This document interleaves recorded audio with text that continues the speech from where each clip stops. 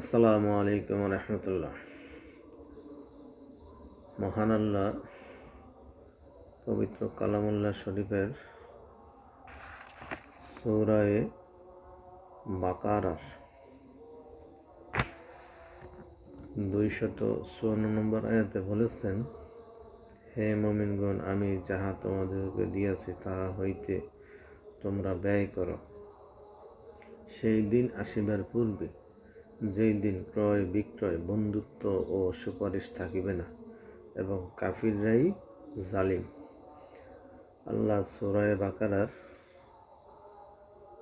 254 নম্বর আয়াতে বলতেছেন যে, হে মুমিনগণ, আমি তোমাদিগকে যাহা দিয়াছি তাহা হইতে তোমরা ব্যয় করো।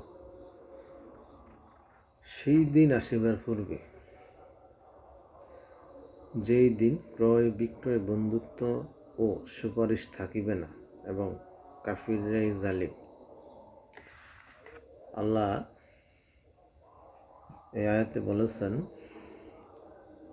যে তোমরা ব্যয় করো, তবে কখন ব্যয় করবা?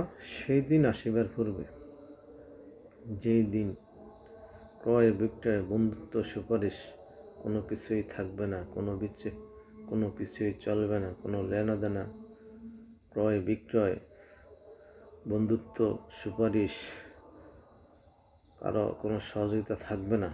সেই দিনের পূর্বেই তোমাদেরকে যাহা দিয়াছে, তাহাদেরকে, যাহারা মুমিন তাহাদেরকে আল্লাহ বলেছেন, কাফির মুশরিকদেরকে বলেন নাই, আমানুকে বলেন নাই, বলছেন মুমিনগণকে। শুধু অন্যের সম্পদ ছিনিয়ে নিয়ে দান খয়রাত করলে আল্লাহর কাছে এই দান গ্রহণযোগ্য কখনো হবে না। আগে মুমিন হইতে হবে। মুমিন হওয়ার পরে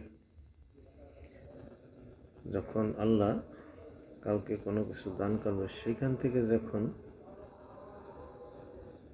যেই দিন ক্রয় বিক্রয়, বন্ধুত্ব সুপারিশ বন্ধ হয়ে যাবে, তার আগে আগে দান করবে। আল্লাহ সেই দানের কথা বলেছেন, এবং কাফিরদেরকে বলেছেন তারা জালিম। তাহলে জালিম সম্প্রদায়ের আরেক নাম কাফির।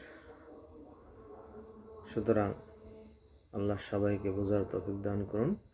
আল্লাহ আমিন। আসসালামু আলাইকুম রহমতুল্লাহ।